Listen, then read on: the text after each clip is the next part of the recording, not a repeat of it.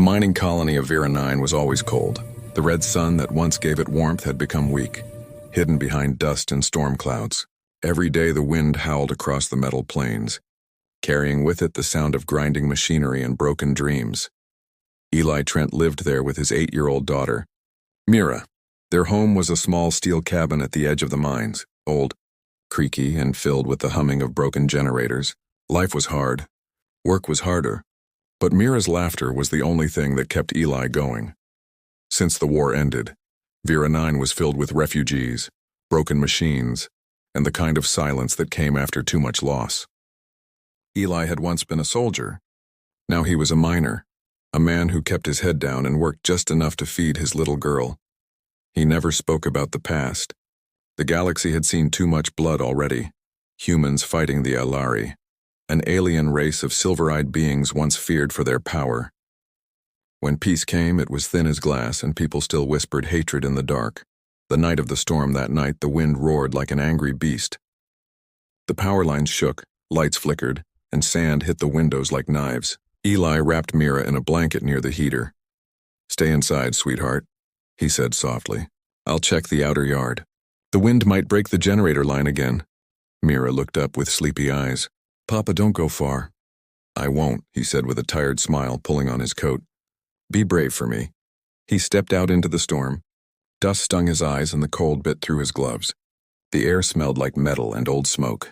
He reached the edge of the yard, checking the line, when he heard something, faint, almost lost in the howling wind. A cry, soft, weak, human, or maybe not. He froze. The cry came again, a whimper mixed with coughing. It was coming from the old cargo yard beyond the fence. No one went there anymore. The place was a graveyard of rusted containers, twisted metal, and forgotten machines. Curiosity and fear battled inside him. Then he thought of Mira, and how she would ask if he helped someone in need. So he climbed the fence and walked toward the sound. The discovery. The storm pushed him back with every step, but Eli kept going. The light from his wrist torch flickered over broken steel and piles of junk. Then, behind a half-collapsed shelter, he saw something move. It was a figure, a woman wrapped in torn fabric, crouched against the metal wall. She was shaking, her skin pale and her eyes closed tight against the wind. For a moment, Eli thought she was human, until he saw her silver hair faintly glowing in the dark, and the markings along her cheek that shimmered like starlight. An Ilari. Eli's breath caught. Every muscle in his body tensed. The Alari were supposed to be gone, dead, hunted, or deported after the war. The colony didn't allow them here. Harboring one meant prison, or worse, but she looked so small, so broken. Not the image of the deadly alien warriors he'd once fought. Her clothes were soaked. Her lips blue from cold, and her hands clutched something tightly. A small, cracked photo disc that glowed weakly. He crouched slowly, keeping his voice calm. "Hey, are you hurt?" Her eyes opened, silver, glowing faintly like two moons underwater. She flinched at the sight of him, tried to crawl away, but collapsed again. When she spoke, her voice was fragile, trembling. "Please, don't call them." "Please," Eli looked around. "Who? Who are you talking about?" "The soldiers," she whispered. "They'll take me away. I just needed shelter." Her breathing was shallow. She tried to stand but failed. Eli saw the bruises on her arm, the cuts across her neck. She'd been beaten or chased. Her right ankle was swollen badly. He could walk away, pretend he saw nothing. That would be the smart thing. But as lightning flashed across the sky, he saw her clutch the photo again. And for a second, the image on it appeared. It was a small Alari child, smiling beside her. Something twisted inside Eli's chest. A heart caught between two worlds. He thought of Mira, his own daughter sleeping alone in that cabin. Her mother long gone, lost to illness after the war. He knew what it meant to be left with nothing. To hold onto a picture of someone who'd never come back. He sighed heavily. "You'll freeze out here," he muttered. "Can you walk?" She shook her head weakly. "Go, please, if they see you with me. Don't talk," he said firmly. "Save your breath." He pulled off his coat and wrapped it around her. She flinched, expecting pain, but none came. Then he lifted her carefully in his arms. She was lighter than he expected, bones and cold skin beneath the torn clothes. As he walked back toward the fence, she whispered faintly, "Why? Why are you helping me?" "Because someone should," Eli said simply. "Because no one helped me once." The stranger in the cabin Mira jumped up when the door opened and the cold wind rushed in. "Papa!" Eli closed the door quickly, locking it against the storm. He carried the woman to the small couch near the heater. Mira's eyes widened at the sight of her silver hair. "Is she an alien?" the little girl asked in a whisper. Eli hesitated. "She's someone who needs help." He fetched the med kit, cleaning the cuts on her arm. The woman groaned but didn't fight. Her silver eyes followed every movement with quiet fear. "What's your name?" Eli asked softly. She took a slow breath before answering. "Saren." "Mira," Eli said, glancing at his daughter. "Bring some warm water." The girl nodded and hurried off. When she came back, Saren tried to thank her, but her voice cracked. Mira smiled gently. "It's okay. You can stay here till the storm goes away." Saren looked down at the photo disc in her hand. "The storm never goes away," she whispered. Eli heard it but said nothing. He wrapped a blanket around her shoulders and let her rest. Night whispers hours passed. The wind slowly died outside. Mira fell asleep near the heater, clutching her stuffed bear. Eli sat by the window, watching the distant flashes of lightning fade behind the horizon. He couldn't stop thinking about the woman, this alien widow lying on his couch. What if someone saw him bring her in? What if the patrol searched the area? But when he looked at her again, she wasn't a threat. She was just a mother who had lost her child. The photo disc flickered in her hand, and Eli could see the image clearly now. The child had her same silver eyes. He whispered quietly, "You lost her, didn't you?" Saren's eyes opened slowly. "She was 6, she said softly. "They said the war was over, but humans came to our village anyway. I tried to protect her. I failed," her voice broke. "They said we were dangerous, but all I ever wanted was peace." Eli stared at the floor. "Not all humans are monsters." She looked at him for a long time. Not all Elari are either. For the first time, he saw something human in her. Grief, pain, and a wish for kindness. It made his heart ache. The line you cannot cross. The next morning, the storm was gone. The colony streets were covered in red dust and sunlight. Eli stepped outside, pretending to check his generator, but his mind was heavy. If anyone found out he was hiding an alien, the patrol would arrest him. His daughter could be taken away. He thought about reporting Saren to the outpost, but then he heard Mira laughing inside the cabin. He looked through the window and froze. Mira was sitting beside Saren, showing her drawings. The alien woman smiled softly, her silver eyes warm for the first time. She was trying to speak in human words, asking Mira about colors and stars. The sound of Mira's laughter filled the room like sunlight. Eli hadn't heard it that bright since his wife died. He leaned against the wall, closing his eyes. This was wrong, dangerous, stupid, but it also felt right.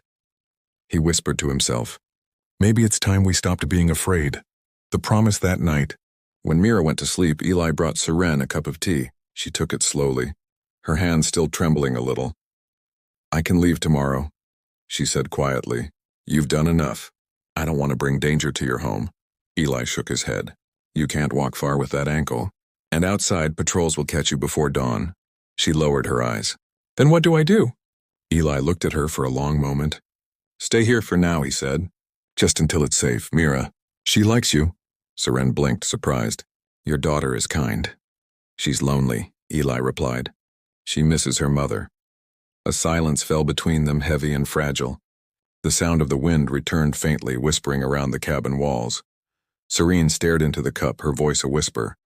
"You're a strange human, Eli Trent." He smiled faintly.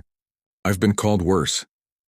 Outside, the stars began to appear, cold, distant, and quiet witnesses to two broken souls finding each other at the edge of the galaxy. Eli didn't know what would come next. He didn't know if he was saving her life or destroying his own, but when he saw her sitting by the heater, with Mira sleeping peacefully nearby, he thought only one thing. Your daughter needed a home, he whispered to himself. And maybe, mine needs a mother.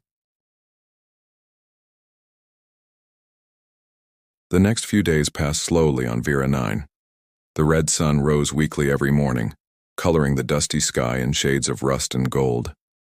The storm had passed, but inside Eli's cabin, a different kind of storm was quietly beginning. A storm of questions, secrets, and feelings no one wanted to admit. Seren stayed hidden. By day she rested or helped quietly with chores. By night she moved through the shadows like a ghost.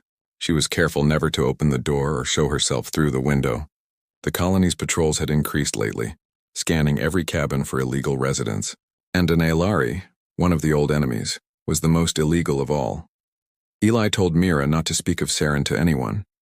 The girl promised, though her curious eyes always sparkled when she looked at the silver-eyed woman who now lived in their small home.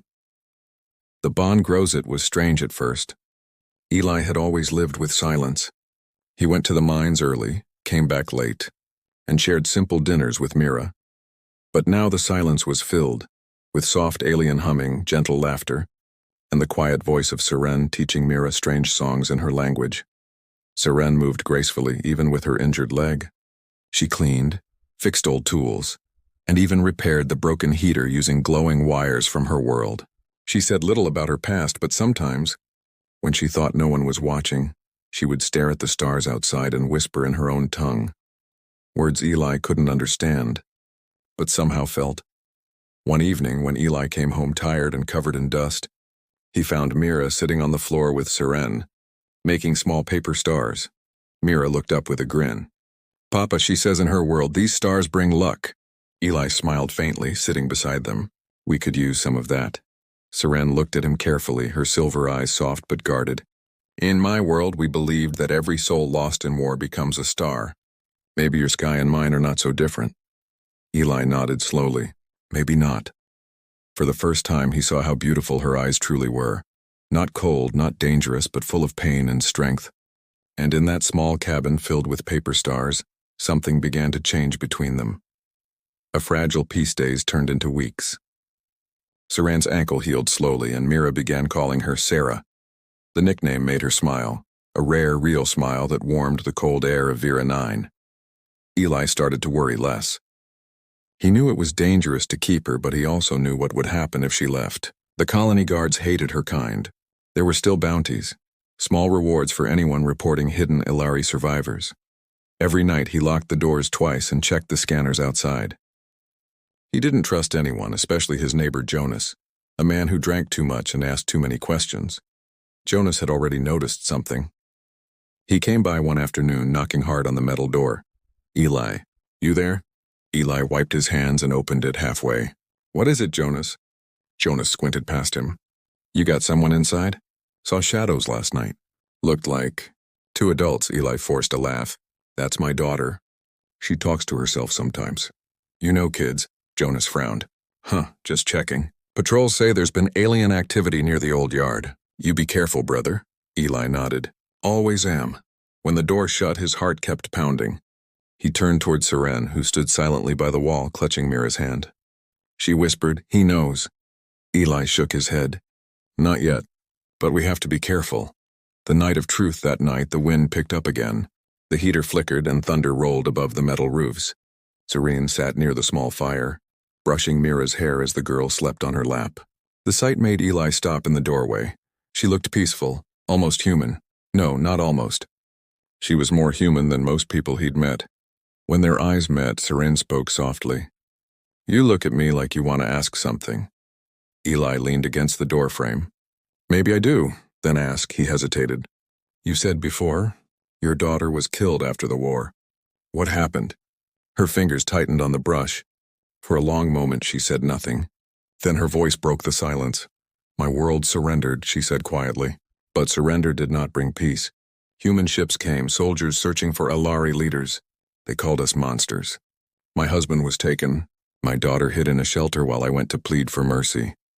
Her eyes glistened in the firelight. When I came back, the shelter was burning. Eli lowered his gaze. The guilt in her words was heavy. He whispered, "I'm sorry." She looked up, voice trembling. "You fought in that war, didn't you?" Eli froze. "Yes. Did you ever kill one of us?" He swallowed hard. "I don't know. Maybe. There were battles, smoke, orders. I just wanted to go home." Serene's eyes softened. "Then we are both ghosts of the same fire." Neither spoke again that night. But something invisible, A fragile understanding connected them now.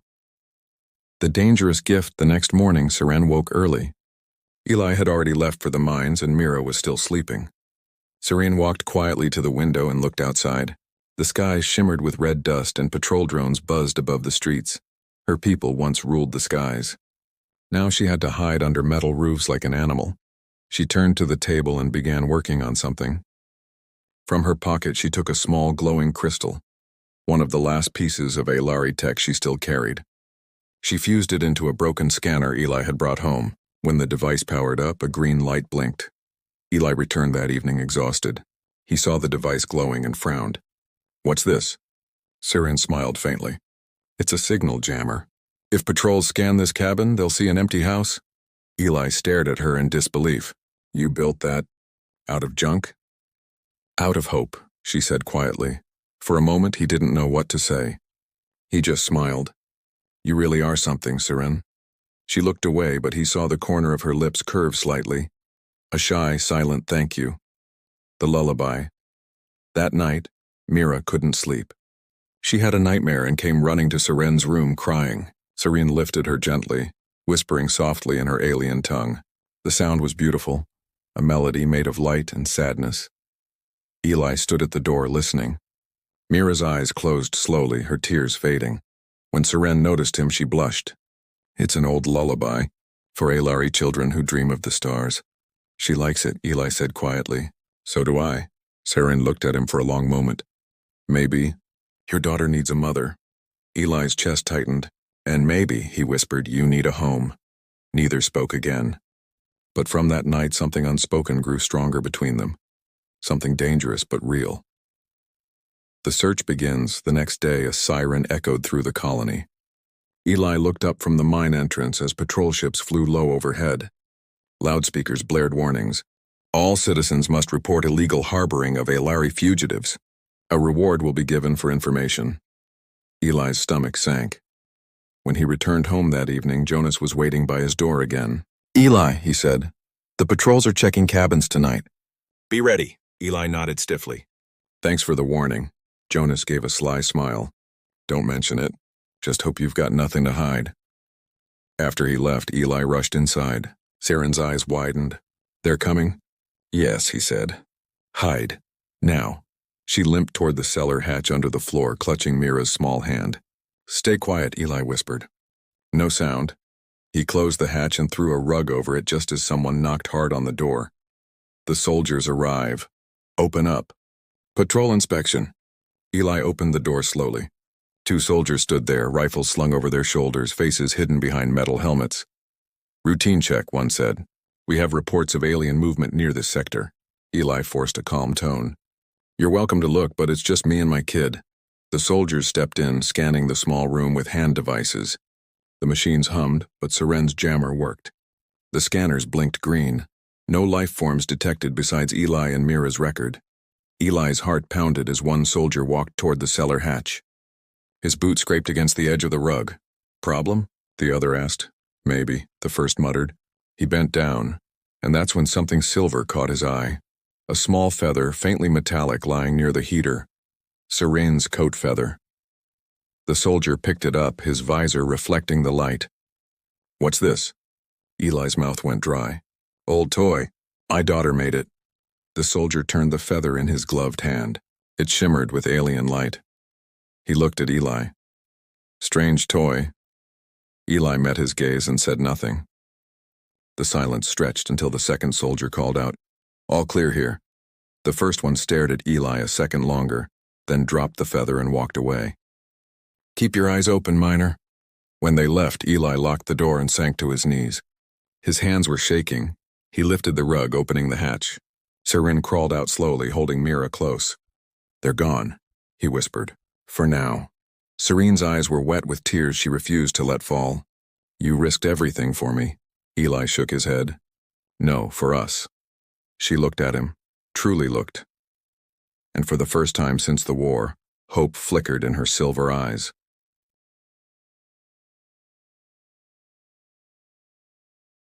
The morning sun rose weakly over Vera 9, painting the sky in red dust and fading gold.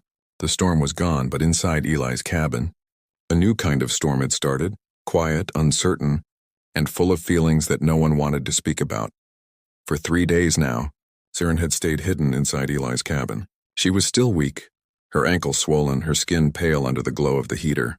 Every time Eli looked at her, he wondered if he had made a terrible mistake. But then he saw her soft eyes watching Mira, his daughter, and the doubt inside him would fade a little. Saren never asked for much, just water, warmth, and a corner to rest in.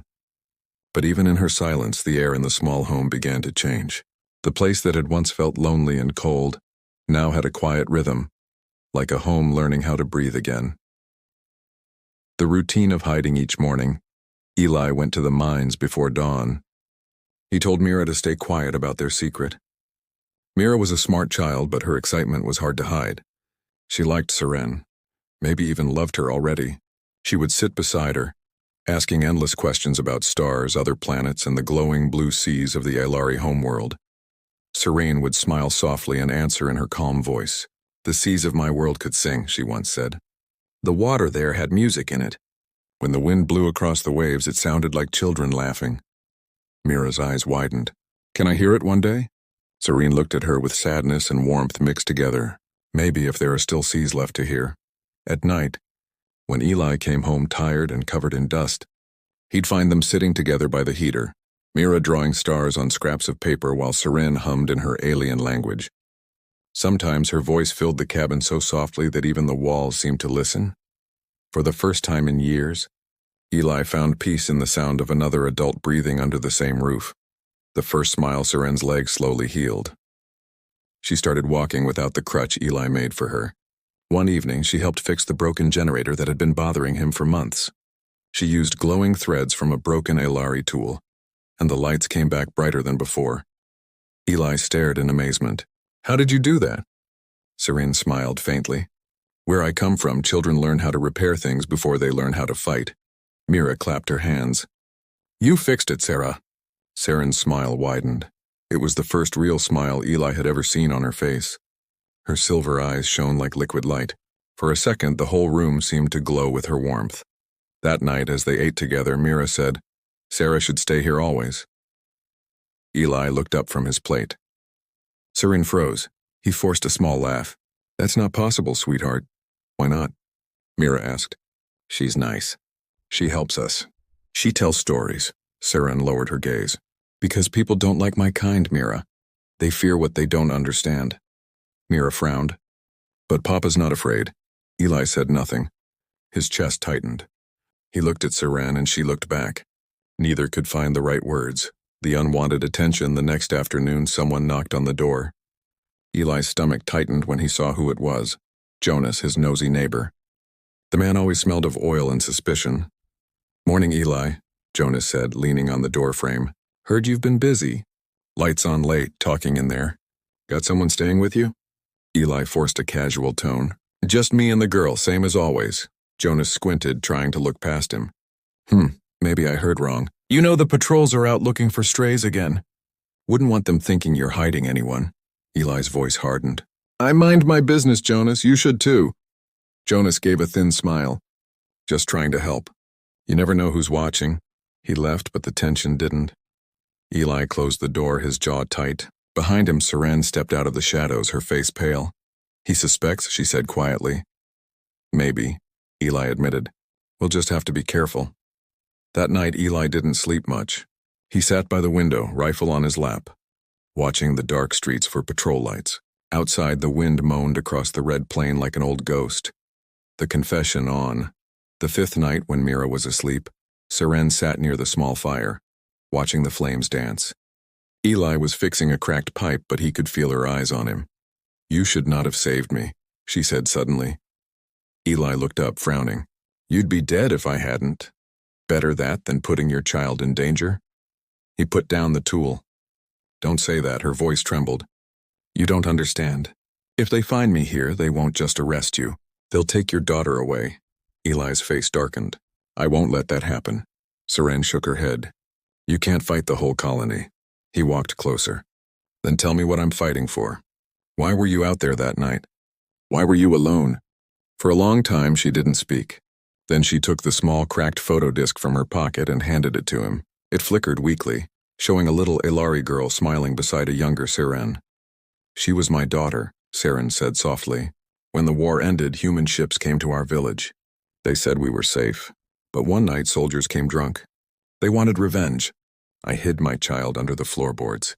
When I came back, the house was burning." Her hands shook. "I've been running since that day." Eli felt something break inside him. He sat down beside her, his voice low. "You're not the only one who lost someone. My wife, she got sick after the war. There was no medicine left. Mira was just a baby." They sat in silence for a while. The only sound was the fire crackling between them. Finally, Siren whispered, "We are both made of scars." Eli nodded. "Maybe scars are what hold us together." When she looked up, their eyes met, human brown and Elari silver, and for the first time, neither looked away. A small joy. The days that followed were gentler.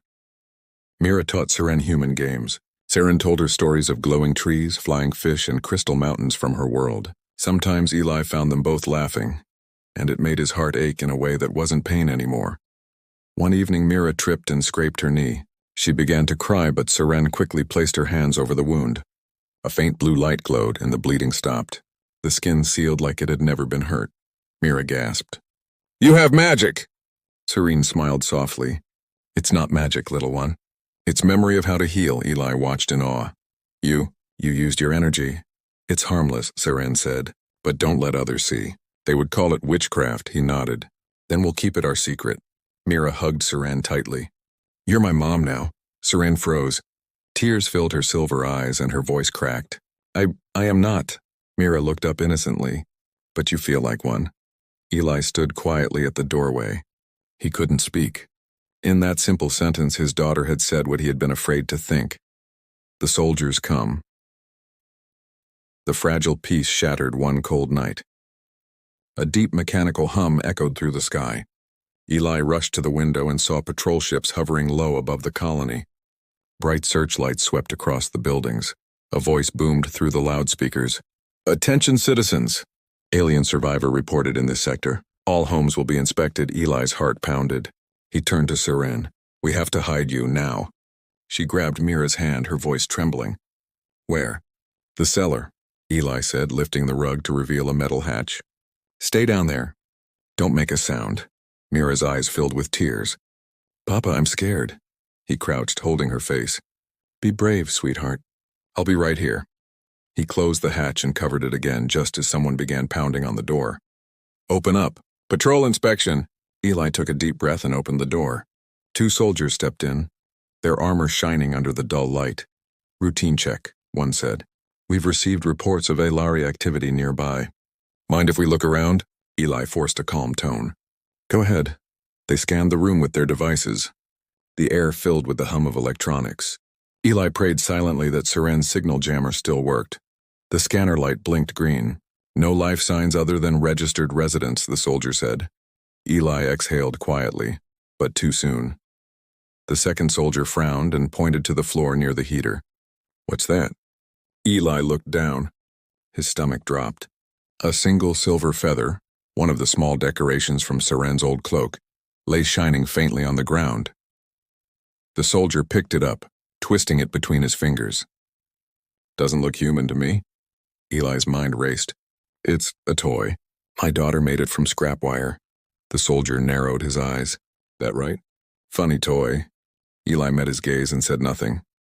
After a tense pause, the soldier finally tossed the feather aside. "Stay alert, Miner. You see anything strange, report it." They walked out into the night. The door closed. Eli locked it, his hands shaking. He leaned against the wall, breathing hard. Then he ran to the rug, lifted it, and opened the hatch. Siren crawled out, holding Mira tightly. Her eyes were full of tears. "They were so close." Eli nodded, his voice rough. "Too close." For a moment, none of them spoke. The only sound was Mira's quiet sobbing. Then Siren whispered, "You risked your life for me." "Why?" Eli looked at her with tired eyes. "Because my daughter needs you. And maybe you need us too." Siren stared at him, her lips trembling. And for the first time since the war, she began to believe that not all humans were enemies. Outside, the wind howled again. But this time, it sounded less like danger and more like a warning that the fragile peace inside that little cabin would not last forever.